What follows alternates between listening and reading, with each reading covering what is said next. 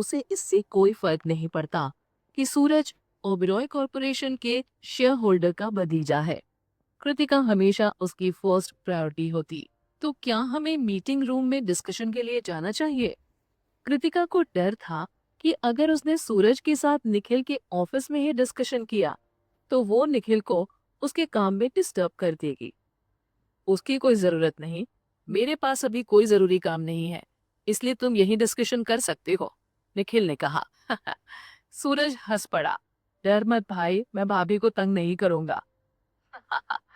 तो तंग करना चाहे तो भी कर नहीं पाएगा, इसे मस्खरे लोगों को हैंडल करना अच्छे से आता है। निखिल को आज भी कृतिका की वो किक याद थी जो उनकी पहली मुलाकात के दिन कृतिका ने उसे मारी थी। उस किक से निखिल को इतना दर्द हुआ था कि उसे उस वक्त अपना नीकैप पहनना पड़ गया था।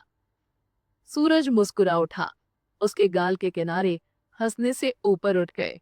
इसे पता था कि निखिल निखिल ओबेरॉय एंटरटेनमेंट की दुनिया का बादशाह किसी के प्यार में पागल भी हो सकता था। ठीक है, फिर डिस्कशन यही करते हैं, सूरज ने कहा। कृतिका ने सूरज के हामी भरने के बाद एक बार निखिल को देखा। उसने पलकें झपकाकर उसे डिस्कशन शुरू करने को कहा। निखिल की हामी मिलते ही कृतिका सूरज से बात करने लगी।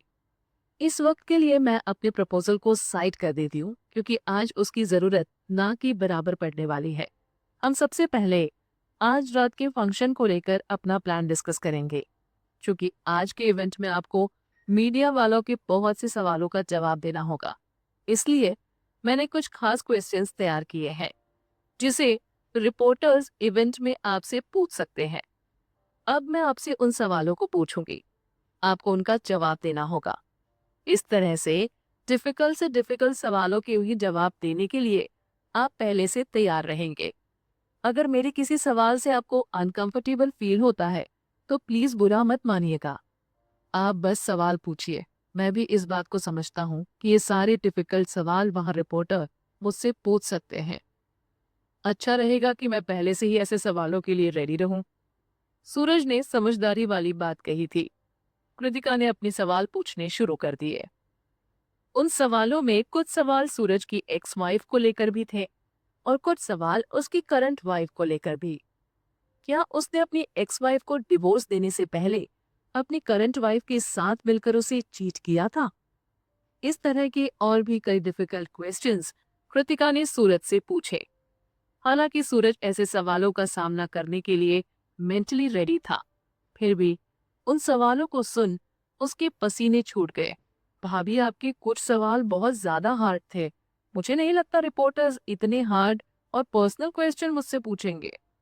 ये देखकर कि सूरज को उसके सवालों से ना ही बुरा लगा और ना ही गुस्सा आया, तो कृतिका ने मुस्कुराते हुए सूरज को समझाया, रिपोर्टर्स भले ही आपसे इतने डिफिकल्ट क्वेश्चंस ना करें, लेकिन वे घुमा फिराकर ऐसे ही सवाल करते रहेंगे और ऐसा तब तक होता रहेगा जब तक कि आप परेशान होकर या घबराकर किसी सवाल का गलत जवाब ना दे दें।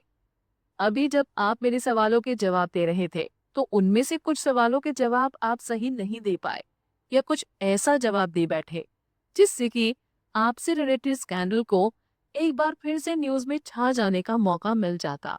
अब आपसे पूछे गए मेरे सवालों के जवाब मैं खुद आपको देती हूँ।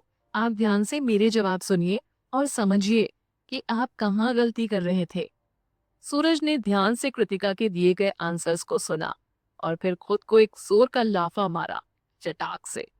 फिर उसने कहा, आप सही कह रही हैं, आपके आंसर्स मेरे दिए गए आंसर्स से काफी बेहतर हैं। तो ये तय हुआ, मैं आपके बताए गए आंसर्स को अच्छे से याद कर लूंगा। कृतिका ने हामी भरी।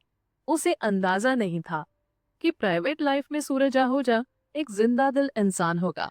उसके साथ घुल मिल जाना काफी आसान था। अगर कोई रिपोर्टर आपसे ऐसा सवाल कर बैठे जिसके लिए मैंने आपको तैयार नहीं किया है तो आप उसके सवाल का जवाब मत दीजिएगा, क्योंकि इवेंट में कई रिपोर्टर्स होंगे, इसलिए हर एक रिपोर्टर के सवाल का जवाब देना आसान नहीं होगा और हम इसी बात का फायदा उठाकर कुछ सवालों की तरफ ध्यान नहीं देंगे। सूरज ने सहमति में अपना सिर हिलाया। चलो, डिस्कशन खत्म हुआ, अब तुम जल्दी से यहाँ से निकलो, निखिल ने सूरज को दरवाजे की तरफ इशारा करते हुए कहा। वो नहीं चाहता था कि कृतिका से बात करने का, उसके साथ रहने का उसका वक्त सूरज और बर्बाद करे। सूरज हंस पड़ा। उसने अपनी घड़ी पर नजर दौड़ाई और कहा, जाता हूँ भाई, जाता हूँ। वैसे भी मुझे पार्टी के लिए तैयार होना है। बाल, कपड़े, मेकअप, सब कुछ अभी ठीक करना बाकी है। सोफे से उठते हुए उसने निखिल को छेड़ते हुए कहा, अच्छा तो हम चलते हैं। निखिल ने उसे बाय करते हुए पहले अपना हाथ हिलाया, फिर मुक्का दिखाते हुए कहा, पार्टी में मिलेंगे, अब निकल। सूरज हंसते हुए निखिल के ऑफिस से बाहर निकल गया। सूरज के जाने के बाद कृतिका भी खड़ी हुई। मुझे भी अपने काम पर लौटना चाहिए। एक मिनट रुकना। निखिल ने दरवाजे की तरफ जाती कृतिका का हाथ पकड़कर उसे रोकते हुए कहा। फिर उसने अपने ऑफिस की अलमीरा से एक पेपर बैग निकाला, जो कि काफी सुंदर रंगीन पेपर से पैक किया गया था। उसकी खूबसूरत पैकिंग से ही देखने वाले समझ सकते थे कि उसमें कोई खास चीज पैक की गई होगी। कृतिका की तरफ वो बैग बढ़ाते हुए निखिल ने कहा, इसमें एक ड्रेस है। इसे खास तौर से आज रात के इवेंट को ध्यान में रखकर तुम्हारे लिए तैयार किया गया है। कृतिका को इस बात का जरा भी अंदाजा नहीं था कि निखिल उसके बारे में कितना सोचता है और उसकी हर जरूरत का कितना ध्यान रखता है। उसे खुद ही इस बात का ध्यान नहीं था कि इवेंट को अटेंड करने के लिए उसे एक अच्छी ड्रेस की जरूरत पड़ेगी। उसने खुशी से निखिल के हाथ से वो बैग ले लिया और फिर अपने अंगूठे पर खड़े होते हुए उसके चिन को किस किया। ड्रेस के लिए थैंक्स, अब मैं चलती हूँ।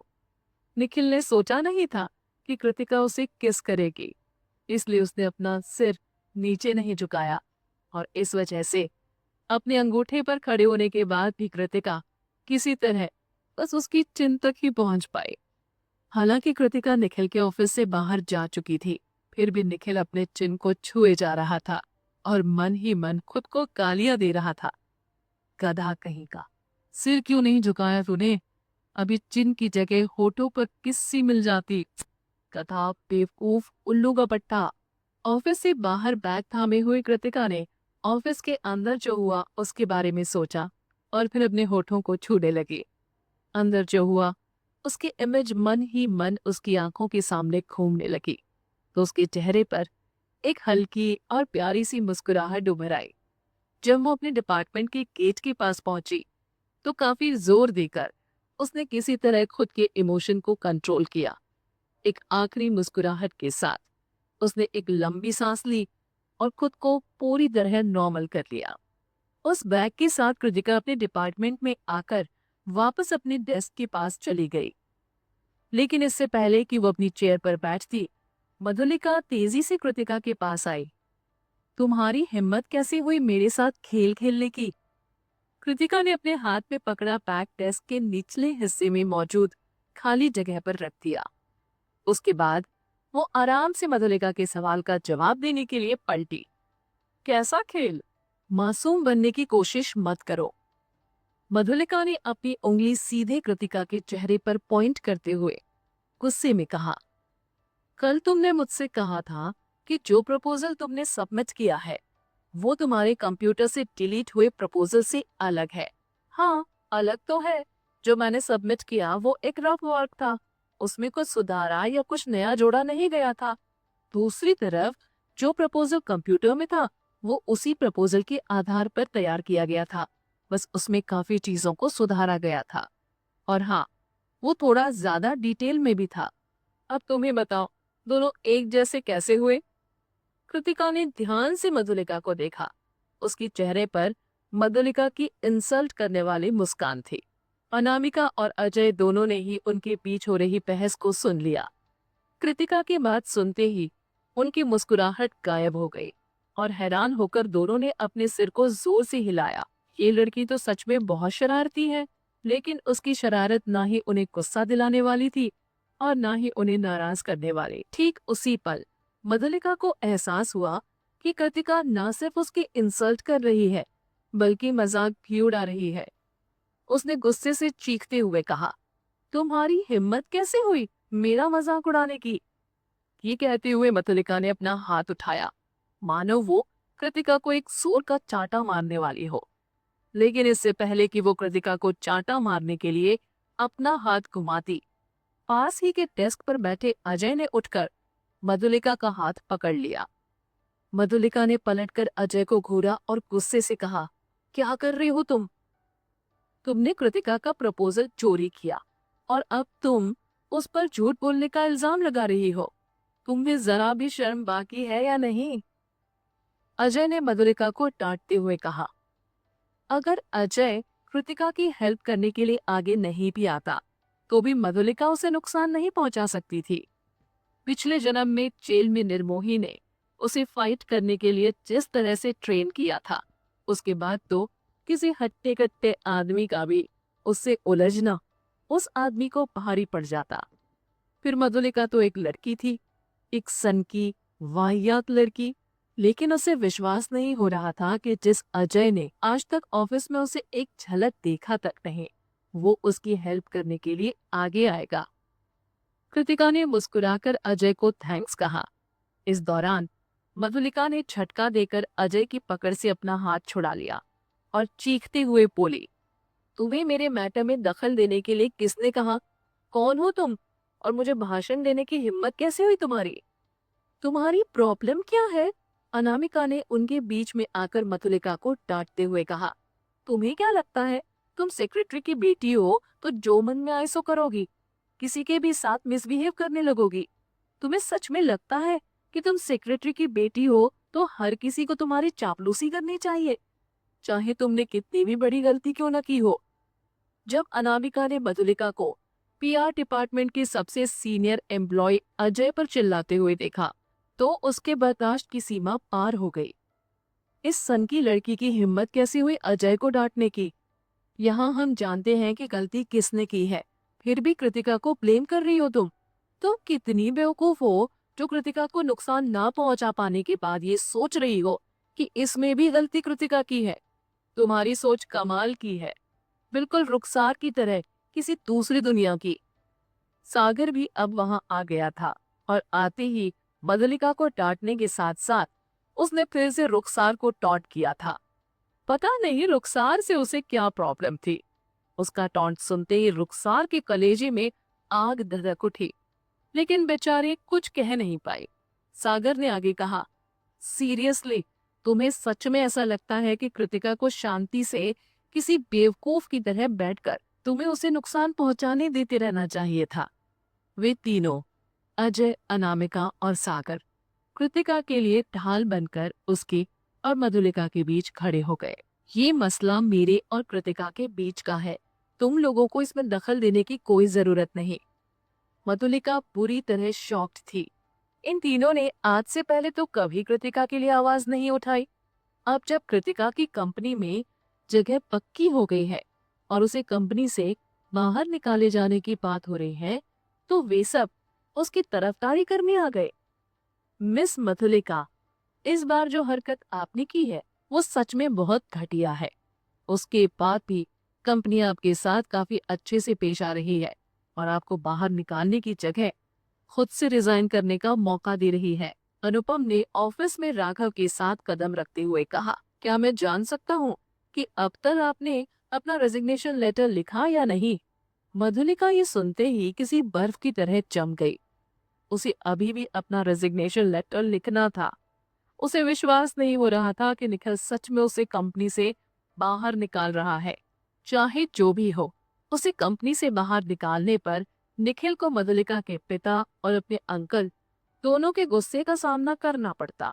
उसने सोचा था कि बाद में निखिल के सामने रो धोकर वो किसी तरह इस बात को यहीं खत्म कर देगी, लेकिन उसे क्या मालूम था कि अनुपम उसी वक्त वहां आ जाएगा।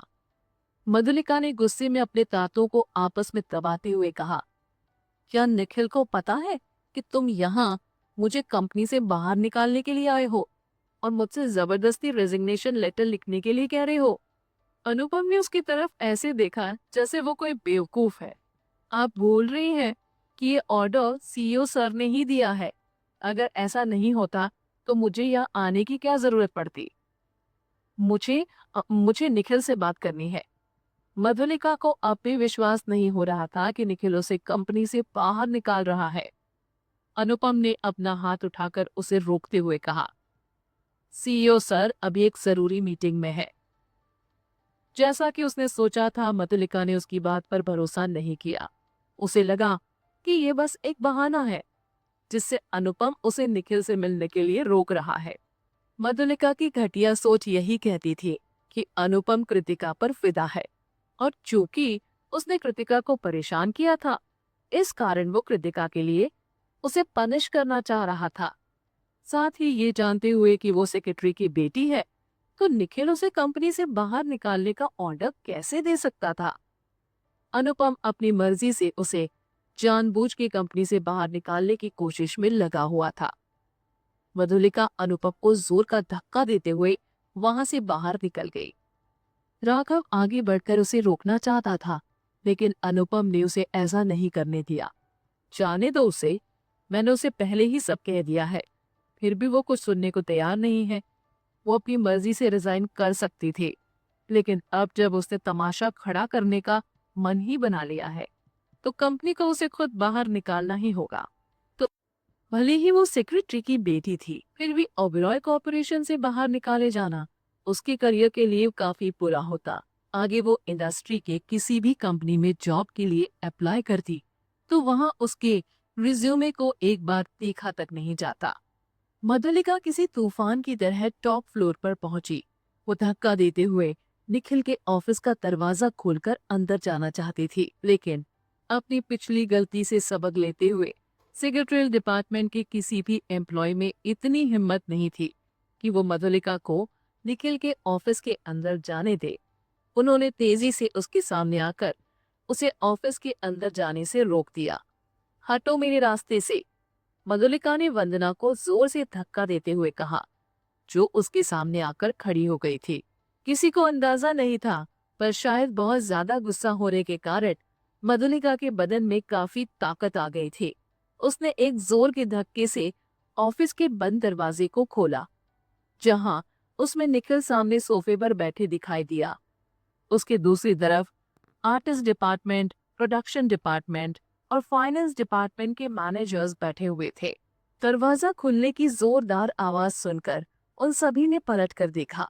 मधुलिका तेज कदमों से उनके करीब आई और गुस्से से बोली, निखिल, क्या तुम सच में मुझे कंपनी से बाहर निकालना चाहते हो? अनुपम आखिर कर क्या रहा है?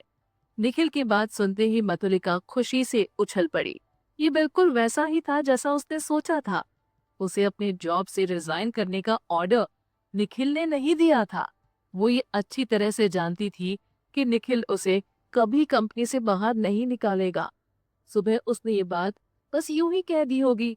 वो रिजाइन की बात को लेकर सीरियस नहीं था।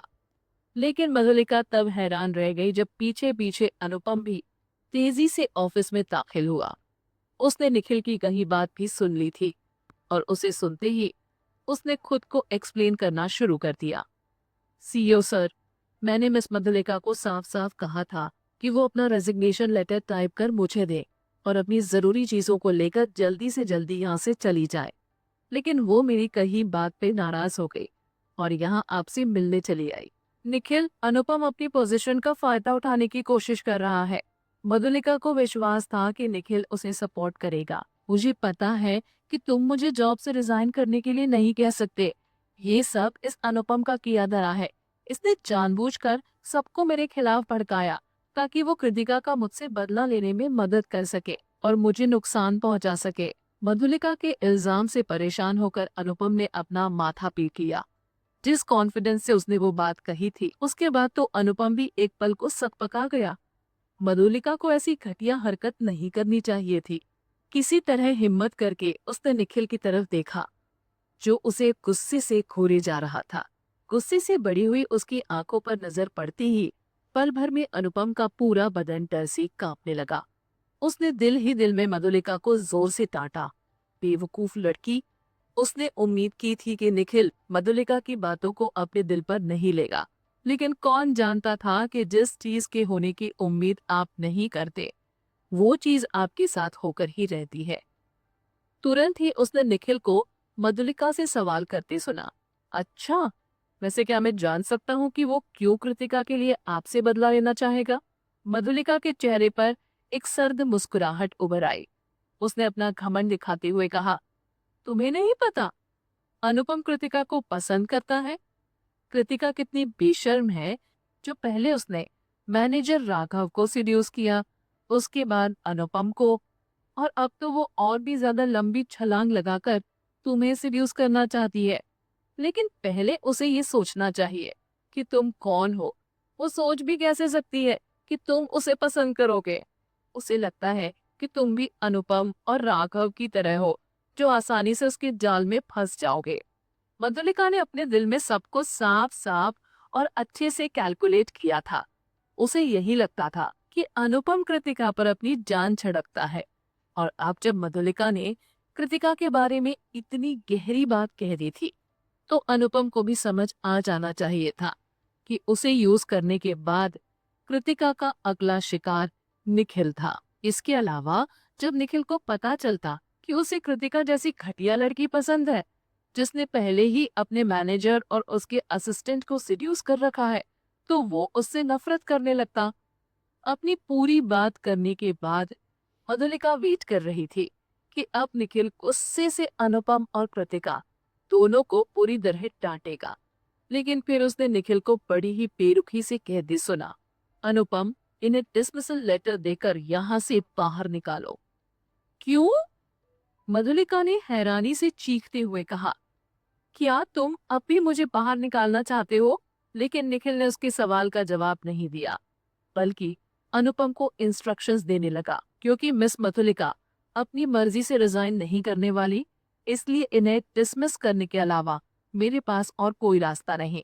और हाँ, मैं अभी भी मीटिंग में हूँ, तो सिक्योरिटी को बुलाकर इन्हें तुरंत यहाँ से बाहर निकलवाओ। निखिल, तुम ऐसा नहीं कर सकते। मधुलिका को अभी भी निखिल की बातों पर विश्वास नहीं हो रहा था। तुम मेरे साथ ऐसा बर्ताव नहीं कर सकते। अनुपम ने तुरंत मधुलिका को पकड़कर निखिल के ऑफिस से बाहर निकाला। उसके ऐसा करने से मधुलिका इतनी ज्यादा गुस्सा हो गई कि उसकी आंखें दहकते अंगारे की तरह लाल दिखने लगी। छोड़ो मुझे, तुम जानते नहीं मैं कौन हूँ। अनुपम ने गुस्से से वंदना की ओर देखा। उसके ऐसा करते ही वंदना ने तुरंत कॉल कर सिक्योरिटी स्टाफ को वहां आने का ऑर्डर दिया। कुछ पल में ही अपनी तरफ भागकर आते हुए दो सिक्योरिटी गार्ड्स को देखकर मधुलिका मानो गुस्से से पागल ही हो गई।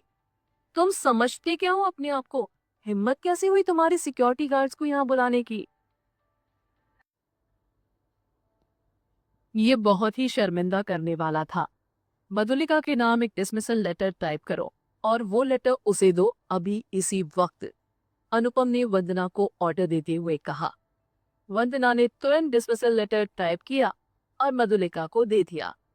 इसके बाद अनुपम ने मधुलिका से कहा, मिस मधुलिका, प्लीज यहाँ से जाएं, वरना गार्ड्स को आपको यहाँ से बाहर ले जाने पर मजबूर होना पड़ेगा। उसकी कोई जरूरत नहीं, मैं जाकर अपनी पर्सनल चीजें पैक करती हूँ। हालांकि मधुलिका बहुत गुस्से में थी, लेकिन उन गार्ड्स के उसे वहां से बाहर खदेड़ने से होने वाली जिल्लत को वो बर्दाश्त नहीं कर पाती, इसलिए उसने अपने गुस्से को कंट्रोल कर लिया। सिक्योरिटी ने अनुपम की तरफ ऐसे देखा मानो वो मधुलिका को वहां से बाहर निकालने के लिए उनसे परमिशन मांग रहे हों। अनुपम ने उन्हें ऐसा करने से मना कर दिया और मधुलिका को उसकी चीजें पैक करने के लिए वापस से पीआर डिपार्टमेंट जाने को कहा। जब वो पीआर डिपार्टमेंट वापस पहुंची तो कृतिका की नजर उस पर गई। उस वक्त उसके चेहरे के एक्सप्रेशन बहुत बुरे थे। ये देखते ही कृतिका समझ गई कि निखिल से बात करने के बाद भी वो अपने लिए कुछ हासिल नहीं कर पाई। एक्चुअली उसे ये बड़ा अजीब लग रहा था, क्योंकि निखिल ने शुरुआत में ही मधुलिका से क्लियरली कह दिया था कि वो उसे नहीं जानता। लेकिन उसके बाद भी मधुलिका को न जाने क्यों लगता था कि निखिल उसे जानता है और वो उसे अच्छे से ट्रीट करेगा।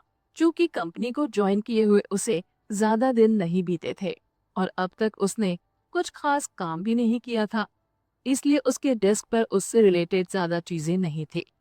उसने जल्दी ही अपनी सारी चीजें पैक कर ली। उसके हील्स की आवाज सभी को साफ साफ सुनाई दे सकती थी। वो सीधे कृतिका के डेस्क के पास आई और बोली, अब तो खुश हो ना तुम? लेकिन कृतिका ने उसकी बात का कोई जवाब नहीं दिया। उसने बस एक नजर उसे देखा और वापस से अपने काम में लग गई। सच में उसके मन में ऐसी कोई बात नहीं थी जो वो मधुलिका को कहना चाहते थे। जो कुछ उसने उसके साथ किया था, उसके बाद तो वो उसे पहचानना तक नहीं चाहते थे। कृतिका का उसे ऐसे नजरअंदाज कर देना उसके गुस्से को भड़काने के लिए काफी था। लेकिन इससे पहले कि वो कुछ उटपटांग कहती, अनामिका और सागर, जो शायद लंच करने बाहर गए थे, वापस आ गए। मधुलिका को कृतिका के डेस्क के पास देख उन्हें इस बात का डर लगा कि वो उससे झगड़ा तो नहीं करने वाली। मधुलिका भयानक रूप से हंसी। उसके बाद उसने कुछ घटिया बातें कृतिका को कही। फिर उसने कहा, देखना आगे मैं तुम्हारे साथ क्या क्या करती हूँ। जब उसका कहना खत्म हो गया तो वो वहां से चली गई। शायद उसे ऐसा लग रहा था कि उसके साथ गलत किया गया है। अनामिका ने अपना मुंह ऐंठते हुए नाराजगी में कहा, कैसी लड़की है ये। आप उसकी चिंता ना करें अनामिका। कृतिका ने हल्की मुस्कुराहट के साथ सागर और अनामिका दोनों को देखते हुए कहा, थैंक्स अ लॉट, आप दोनों ने मेरी काफी हेल्प की। क्या तुम भी। अनामिका अभी भी शुरुआत में कृतिका से अपने बर्ताव को लेकर शर्मिंदा थी। और हाँ, आज जो तुम इवेंट में जा रही हो ना, मधुलिका भी उसमें जाने वाली है। जितना मैंने उसे समझा है, उसके हिसाब से वो तुम्हारे लिए कोई ना कोई मुश्किल जरूर खड़ी करेगी। इसलिए अगर इवेंट में तुम्हारी उससे मुलाकात हो तो तुम संभल कर रहना। वैसे भी हमें ऐसे बेशर्म लोगों को उकसाना नहीं चाहिए जिन्हें ब्लेम गेम खेलना अच्छे से आता है। बस हमें कोशिश करनी चाहिए कि हम उनसे जितना हो सके दूर रहें। इवेंट में ऑलमोस्ट हर वक्त मैं सूरज आहूजा के साथ रहूंगी, इसलिए मधुलिका से मेरी मुलाकात शायद ही हो।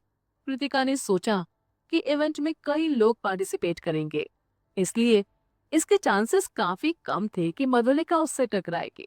ठीक उसी पल राघव अपने ऑफिस से बाहर आया। कृतिका, एक जरूरी बात मैं तुम्हें बताना भूल गया था।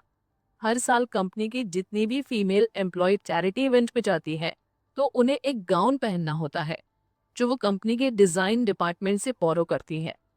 राघव की बात सुनते ही कृतिका ने निखिल के दिए गए ड्रेस के बारे में सोचा।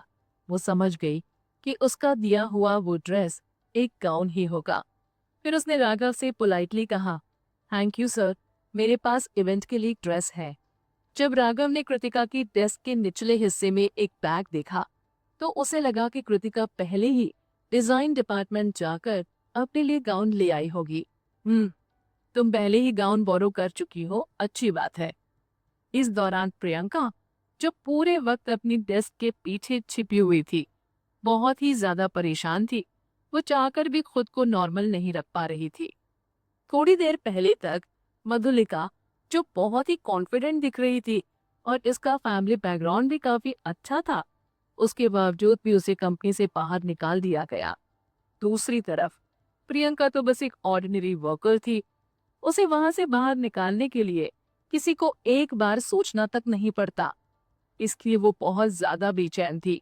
उसे डर था कि किसी भी वक्त एचआर डिपार्टमेंट से अगला नोटिस उसे आने वाला होगा जिसमें उसे कंपनी से बाहर निकालने की बात मेंशन की गई होगी। जिस वक्त वो डर से कांप रही थी, ठीक उसी वक्त उसका फोन रिंग करने लगा, जिससे वो इतना डर गई कि अचानक से चीख पड़ी, नहीं। प्रियंका के चिल्लाने से सभी का ध्यान उस पर चला गया, लेकिन फिर तुरंत उसने सबसे सॉरी कहा और अपना फोन देखने लगे। वो कॉल एक्चुअली में मधुलिका का था। हेलो। प्रियंका ने फोन का स्क्रीन ऑफ करते हुए कॉल रिसीव किया और धीमी आवाज में बोले, पार्किंग एरिया में आओ अभी, मुझे तुमसे कुछ बात करनी है। मधुलिका ने बेरुखी से कहा, इस वक्त हमारा मिलना सही नहीं होगा। किसी ने हमें साथ देख लिया तो मेरे लिए मुश्किल हो जाएगी। प्रियंका ने कहा।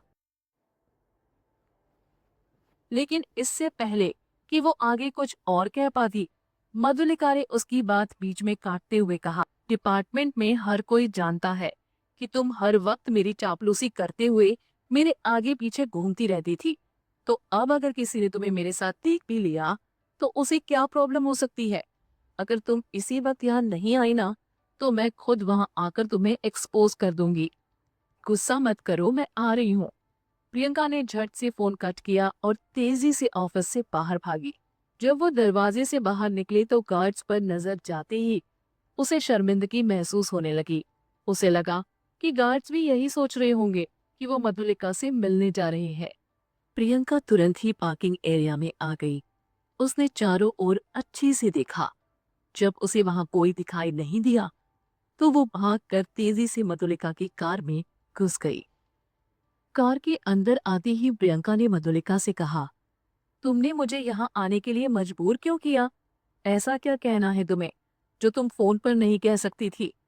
अगर किसी ने हमें एक साथ देख लिया तो देखने वाले को लगेगा कि मैं तुम्हारे साथ मिलकर कोई सीक्रेट प्लान बना रही हूँ। हम पहले भी एक सीक्रेट प्लान बना चुके थे, इसलिए अगर कोई ऐसा सोचता भी है तो तुम्हें उससे फर्क नहीं पड़ना चाहिए। मधुलिका ने प्रियंका की बात को बेरुखी से काटते हुए कहा, प्रियंका, एक बात मैं तुम्हें याद दिला दूं। कृतिका के कंप्यूटर में जिस पेन ड्राइव से वायरस आया था, वो पेन ड्राइव तुमने उसके कंप्यूटर में डाला था। और जब तुम ऐसा कर रही थी तब मैंने अपने फोन में तुम्हारा वीडियो रिकॉर्ड कर लिया था। यू बिच! प्रियंका ने जोर से चीखते हुए उसे गाली दी। उसे इस बात का जरा भी अंदाजा नहीं था कि मधुलिका उस इंसिडेंट की वीडियो रिकॉर्डिंग भी कर रही थी। प्रियंका के मुंह से गाली सुनते ही मधुलिका हंसने लगी। क्या? जब तुम्हें मेरी जरूरत थी तब तुम मेरी चापलूसी करने में लगी रहती थी। अब मुझे कंपनी से बाहर कर दिया गया है और तुम्हें मेरी जरूरत नहीं है, तो तुम मुझे इग्नोर करने के साथ साथ गाली तक दे रही हो। एक बात मैं अच्छे से क्लियर कर दूं, भले ही मैं अब ओबेरॉय कॉर्पोरेशन में नहीं हूँ, लेकिन मेरे डैड अभी भी कंपनी के सेक्रेटरी हैं। प्रियंका ने तुरंत रंग बदला और मुस्कुराते हुए बोली, मुझे समझने की कोशिश करो मधुलिका, मैं तुमसे बहुत अलग हूँ। भले ही तुम ओबेरॉय कॉर्पोरेशन में नहीं हो, लेकिन तुम्हारे बैकग्राउंड के कारण कई कंपनियां ऐसी हैं जो तुम्हें सर आंखों पर बिठाएंगी और अपने यहाँ काम देंगी। और तुम चाहो तो खुद अपना कोई बिजनेस भी कर सकती हो। लेकिन मैं तो बस एक ऑर्डिनरी वर्कर हूँ। ना मेरा बैकग्राउंड अच्छा है, ना ही किसी से अच्छा कनेक्शन।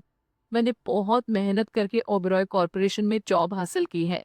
रात रात भर जागकर पढ़ना, यहाँ होने वाले इंटरव्यू के लिए खुद को प्रिपेयर करना, 6 मंथ्स की प्रोबेशन पीरियड को पार करना, ये सब मुझे बड़ी मुश्किल से हासिल हुआ है और मैं इसे ऐसे ही बर्बाद नहीं कर देना चाहती। जैसे जैसे प्रियंका अपनी बात मधुलिका से कह रही थी, वैसे वैसे उसकी आंखें लाल होती जा रही थी। वो उस वक्त जो भी बोल रही थी उसमें रत्ती भर भी झूठ नहीं था। ओबेरॉय कॉर्पोरेशन में जॉब पाने के लिए उसे कई मुश्किलों का सामना करना पड़ा था। वो कृतिका की तरह नहीं थी जिसे प्रोविजन पीरियड में जाना ही नहीं पड़ा।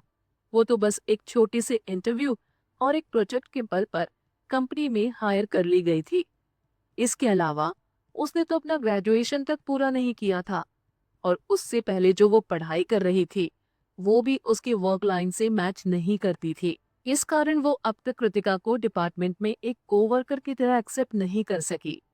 हालांकि प्रियंका अपना कंपैरिजन मधुलिका से नहीं कर सकती थी, लेकिन कृतिका से तो वो कंपैरिजन कर ही सकती थी। फिर भी कंपनी में आते ही कृतिका को एक प्रोजेक्ट का इंचार्ज बना दिया गया था। इसके अलावा ओबेरॉय कॉर्पोरेशन की तरफ से हर साल होने वाले चैरिटी इवेंट में भी उसे इनवाइट किया गया। दूसरी तरफ उसे जल्दी ही अपने जॉब से बाहर निकाल दिया जाने वाला था। ऐसा क्यों था कि चीजें इतनी जल्दी कृतिका के लिए अच्छी और उसके लिए बुरी हो गई थी? तुम्हें डरने की कोई जरूरत नहीं। जब तक तुम मेरा कहा मानती रहोगी, मैं तुम्हें एक्सपोज नहीं करूंगी, मधुलिका ने बेरुखी से कहा। क्या वो दिल की इतनी अच्छी हो सकती है? प्रियंका को मधुलिका पर जरा भी विश्वास नहीं था। जैसा उसने सोचा था मधुलिका ने वैसा ही कहा, मैं तुम्हें एक्सपोज नहीं करूंगी। तुम यहाँ आराम से काम कर सकती हो, लेकिन मेरी जासूस बनकर। ये बात अच्छे से याद रखना, कृतिका से जुड़ी हर बात की जानकारी तुम सबसे पहले मुझे बताओगी। अगर मुझे तुमसे कोई काम होगा तो मैं खुद उसके लिए तुम्हारे पास आऊंगी। प्रियंका को दिल से इस बात का पछतावा हो रहा था। क्यों वो मधुलिका की चापलूसी में लगी रही? क्यों उसने उस वायरस वाले इंसिडेंट में उसकी हेल्प की? अब आखिर में वो चाहकर भी उससे छुटकारा नहीं पा सकती थी। ठीक है, चिंता मत करो, मुझे तुम्हारी हर बात मंजूर है, प्रियंका ने झूठी मुस्कुराहट के साथ कहा। मधुलिका के पास उसे ब्लैकमेल करने लायक एक ऐसी चीज थी कि प्रियंका चाहकर भी उसकी कही किसी बात को मना नहीं कर सकती थी। फाइनली मधुलिका खुश हो गई। ठीक है, अब तुम जाओ। अगर ज्यादा देर बाहर रही तो लोगों को सच में तुम पर शक हो सकता है। प्रियंका तेजी से कार से निकलकर लिफ्ट की ओर चली गई। वर्किंग आवर खत्म होने के 5 मिनट पहले कृतिका ने वॉशरूम जाकर अपनी ड्रेस चेंज कर निखिल की दी हुई ड्रेस पहन ली। ये गाउन बाकी फीमेल सेलिब्रिटीज के उन गाउन्स के जैसा नहीं था जो उसे पहनने वाले के चलने पर जमीन पर झाड़ू लगाने का भी काम कर देते थे। जो गाउन निखिल ने उसे दिया था वो ज्यादा भड़कीला नहीं था, लेकिन उसकी खूबसूरती में कोई कमी नहीं थी। सबसे बड़ी बात ये थी कि इवेंट में जो रोल कृतिका को प्ले करना था उसके हिसाब से वो ड्रेस एकदम परफेक्ट थी। वैसे भी जिसके साथ उसे इवेंट में पार्टिसिपेट करना था वो उसकी पीआर थी, इसलिए उसका वहां सिंपल दिखना ही ज्यादा सही था। इसके बावजूद भी कृतिका जानती थी कि वो गाउन कोई ऑर्डिनरी गाउन नहीं है। भले ही वो ड्रेस दिखने में थोड़ी सिंपल थी, लेकिन उसकी कीमत किसी पॉपुलर एक्ट्रेस के ड्रेस की कीमत से कम नहीं होगी, क्योंकि उसने फैशन डिजाइनिंग स्टडी किया था। इसलिए वो कपड़ों को बारीकियों, उसकी सिलाई कढ़ाई जैसी बातों को अच्छे से जानती थी। जब उसने उसे पहना तब उसे एहसास हुआ कि सच में वो गाउन स्पेशली उसी के लिए तैयार किया गया था। किस्मत से वो ड्रेस दिखने में इतनी सिंपल थी कि कोई नॉर्मल इंसान उसकी कीमत का अंदाजा नहीं लगा सकता था। इसलिए पब्लिक के बीच उसे पहनकर जाने में कृतिका को कोई डर या प्रॉब्लम नहीं थी। जिस वक्त कृतिका वापस से ऑफिस में आकर अपनी चीजें पैक कर रही थी, उसी वक्त राघव भी अपना काम खत्म कर ऑफिस से बाहर निकला और कृतिका के डेस्क की ओर आने लगा। जैसे ही उसकी नजर कृतिका पर पड़ी, वैसे ही वो किसी मूर्ति की तरह शांत हो गई। उसका दिल एक बार जोर से धड़का और फिर लगातार तेजी से धड़कने लगा। उसके कान के निचले हिस्से न जाने क्यों लाल हो गए। उस ड्रेस ने कृतिका की खूबसूरती में 4 चांद लगा दिए थे। उसकी स्किन धूप में पहाड़ों पर गिरी बर्फ की तरह चमक रही थी। कृतिका। जैसे ही राघव ने कुछ कहने के लिए अपना मुंह खोला, उसे एहसास हुआ कि वो एक्चुअली में हकला रहा था, राघव सर। कृतिका ने इस बात को नोटिस नहीं किया कि उस वक्त राघव थोड़ा अजीब बिहेव कर रहा था। मैं रेडी हूँ, अब हम चल सकते हैं। हालांकि राघव ने खुद पर काबू पाते हुए हाँ में अपना सर तो हिलाया, लेकिन वो अब भी हैरान था। हाँ, ओ हाँ, ठीक है, चलो चलते हैं। जब दोनों ऑफिस से बाहर गए, तब तक बाकी के सभी स्टाफ ने भी अपना काम खत्म कर लिया था। वे लोग भी अपने अपने घर जाने को तैयार थे। अनामिका ने हल्की मुस्कुराहट के साथ कहा, मुझे लगता है कि वे लोग पूरी तरह से गलत नहीं सोच रहे थे। मैनेजर राघव के दिल में कृतिका के लिए कुछ फीलिंग्स तो है। अभी अभी जब उन्होंने कृतिका को गाउन में देखा तो वो थोड़ी देर के लिए एकदम से शांत हो गए थे। उनकी नजर कृतिका से हट ही नहीं रही थी। हाँ, यहाँ तक कि मैंने भी ये बात नोटिस की, लेकिन कृतिका बहुत ज्यादा नादान है। उसे राघव सर की फीलिंग्स का जरा भी अंदाजा नहीं। अजय ने अनामिका की हाँ में हाँ मिलाते हुए कहा। अनामिका मुस्कुराते हुए बोली, ऐसी प्यारी लड़कियों की किस्मत हमेशा अच्छी होती है। अचानक से एक जोर की आवाज सभी को सुनाई दी, क्योंकि प्रियंका ने गुस्से में अपना बैग जोर से डेस्क पर पटक दिया था। हर कोई ये बात अच्छे से जानता था कि वो राघव को बहुत पसंद करती है। उसके बावजूद भी कृतिका और राघव को लेकर बातें करना, वो भी उसके सामने, क्या जरूरी था?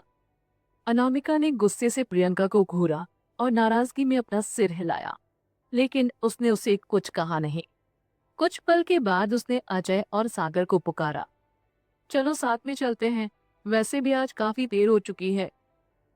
किसी ने सही कहा है, उगते सूरज को हर कोई सलाम करता है, डूबते को नहीं। प्रियंका ने गुस्से में खुद से कहा और अपना पैर पटकते हुए ऑफिस से निकल गई। जब कृतिका राघव के पीछे पीछे पार्किंग लॉट जाने के लिए सीढ़ियों से नीचे उतर रही थी, तब उसने राघव से पूछा, हम लोग किस कार से इवेंट के लिए जा रहे हैं? असिस्टेंट अनुपम ने थोड़ी देर पहले ही मुझे बताया कि हम सीईओ सर के साथ जाएंगे। हालांकि जब अनुपम ने राघव को कॉल पर यह बात बताई तो उसे थोड़ा अजीब जरूर लगा, क्योंकि आज से पहले तो सीईओ हमेशा अकेले ही ईयरली चैरिटी इवेंट में जाते आए थे, तो इस बार उन्होंने इवेंट में साथ में जाने की बात क्यों की? लेकिन अनुपम ने उसे एक्सप्लेन किया कि आखिर में उन सबको इवेंट में तो जाना ही है, तो क्यों ना साथ में जाएं। राघव को भी ये बात लॉजिकल लगी।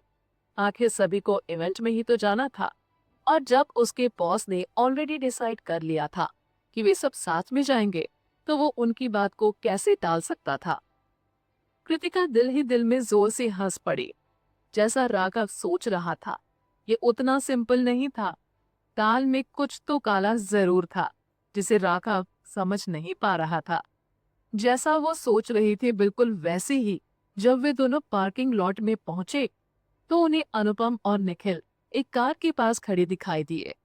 राघव तेज कदमों से कृतिका के साथ चलकर निखिल के पास आया। अचानक से उसे एहसास हुआ कि कहीं उसके बॉस उन दोनों का ज्यादा देर से इंतजार तो नहीं कर रहे। लेकिन उस पल निखिल की नजर राघव पर नहीं थी, वो तो बस कृतिका को देखे जा रहा था। जब उसने कृतिका के लिए वो ड्रेस सेलेक्ट की थी, तब उसे लगा था कि कृतिका इसमें बहुत सुंदर लगेगी। लेकिन अब जब कृतिका ने वो ड्रेस पहन ली थी, तो उसे देख निखिल को लगा कि जैसा उसने सोचा था, वो उससे कई गुना ज्यादा सुंदर लग रही है। इतनी सुंदर कि वो उसे दूसरों की नजरों से छिपा लेना चाहता था। कृतिका को राघव के साथ देख निखिल को जलन भी हो रही थी। सीईओ सर, राघव ने निखिल के पास पहुंचते ही रिस्पेक्टफुली कहा।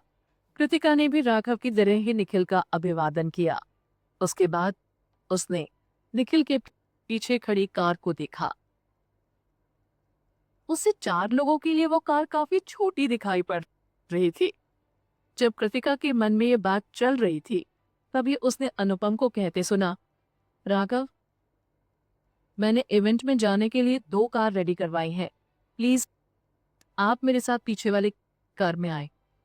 अनुपम की ये बात सुनते ही राघव हैरान रह गया। उसे अरेंजमेंट बड़ा अजीब सा लग रहा था। अनुपम तो निखिल का खास असिस्टेंट था, यानी कि उसे उनके साथ होना चाहिए, न कि उसके साथ किसी दूसरी कार में। लव और रिवेंज की